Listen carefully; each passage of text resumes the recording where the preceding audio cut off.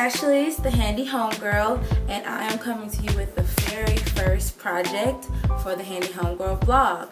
And the project that I wanted to start off with was a pretty big project, but I got a lot of questions when I did post my my living room couch on Instagram, and a lot of people were like hitting me up like, oh my god, how'd you do that? I really want to learn, or can you show me, can you come to my house and do it? But a lot of people like lived in different states, so I couldn't get to their house. So I put together this video to show you how to reupholster a couch. My couch is very big. It's my boyfriend's old couch and from his old apartment, and I reupholstered it, and it looked like this, and now it looks like this.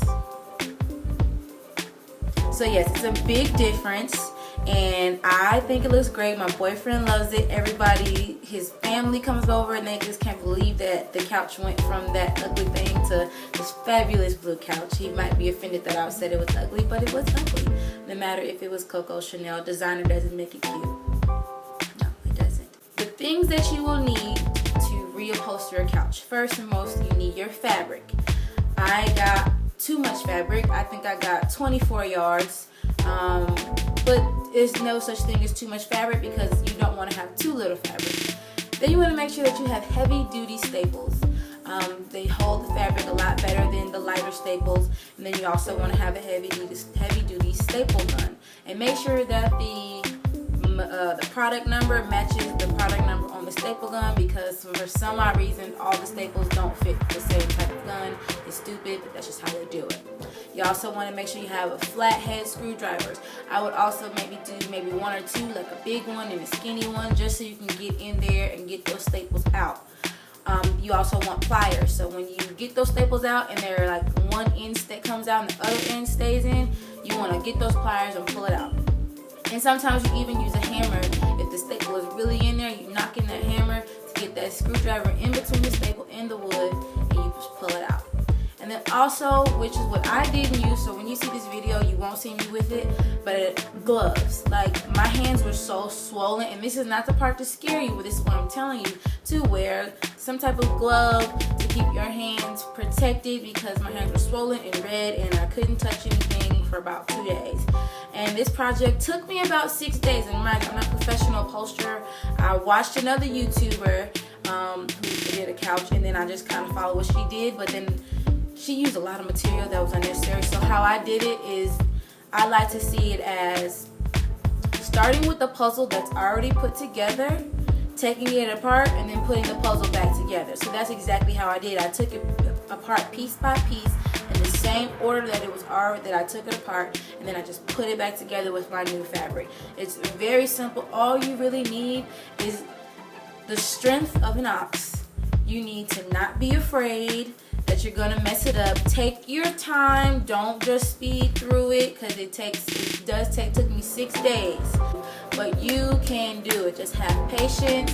Don't try to get it done in one day. And I wish you enjoyed part 1 of this video, which is going to show you how to strip your couch completely bare to prepare for upholstery. I hope you enjoyed the video. See you later. Bye.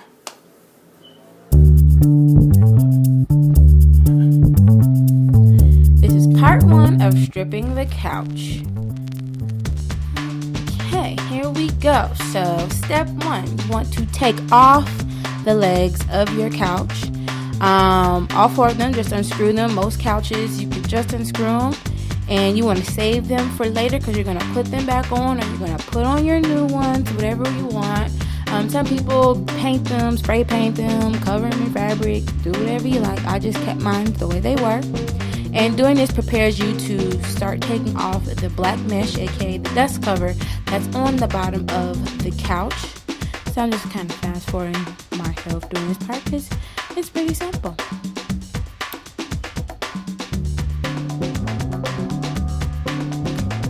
And now you're off to take off the dust cover. You use a flathead screwdriver, stick that flathead in there, pull that staple out. Then you take your pliers and pull extra staples out that may not have come out with your flathead screwdriver. And this is pretty simple because you just want to make sure that you get them out, because you won't be able to take the brown fabric like you see mine off, if there's still staples there. And now I'm taking the dust cover off. And just take it piece by piece. Don't rip it because you want to use it later, so you don't have to buy a brand new spanking one from Hancock Fabrics. And the first piece I take off is the very back of my couch. And now this is the side. So this part I'll start to explain order. There's a certain order that you want to work in when you're taking apart the couch. And the order is, which is a handy tip to use, is writing it down. Write down the order that you took it apart. So you saw that I took off my legs. I write that down. I took off the dust cover. I write that down. I took off the back of the couch. And those back of the couch, you probably didn't see it in that video, but they have like a staple track. And the track or the tack strip, that another word for it is a tack strip. You want to keep those because you're going to, if you don't need new ones, if they're not totally damaged, then you want to put them back on. So save those two. Make sure you don't leave them on the floor because you might step on them like I almost did once and it would have been really bad. But yeah, so it's just the order. So the same way that you take the couch apart, the very last step is your very first step when it comes to reupholstering. And yep, so I'm just taking off the very front because I took off, like I said, the legs, the dust cover, the back, and now I'm working on the very front because each piece will reveal kind of what comes next, honestly, like which piece goes where, how this piece is connected. This is the part when I said take your time and think.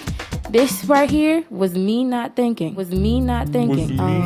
just started cutting stuff, and this is where the mistake happened, but it's still a cute couch, you know what I'm saying? But yeah, so this is the part. I'm showing you my mistake too. I shouldn't have cut that because the second couch I ended up doing it the right way, and I shouldn't have cut that part. So sometimes you don't have to use your pliers or your flathead to remove every single staple. It's not necessary. Sometimes you just want to see how I'm just yanking that joint.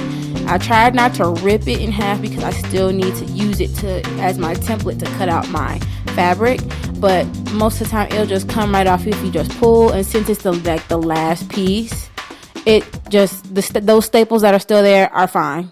You don't have to take those out. And all done.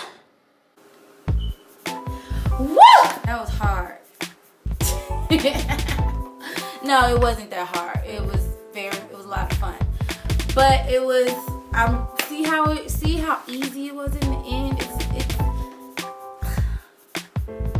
That shit was hard.